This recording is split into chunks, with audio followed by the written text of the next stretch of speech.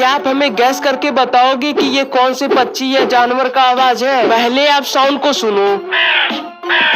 अब आप हमें 3 सेकंड के अंदर बताओ कि आपके सामने जो 4 इमेज दिया है उनमें से ये किसका आवाज है।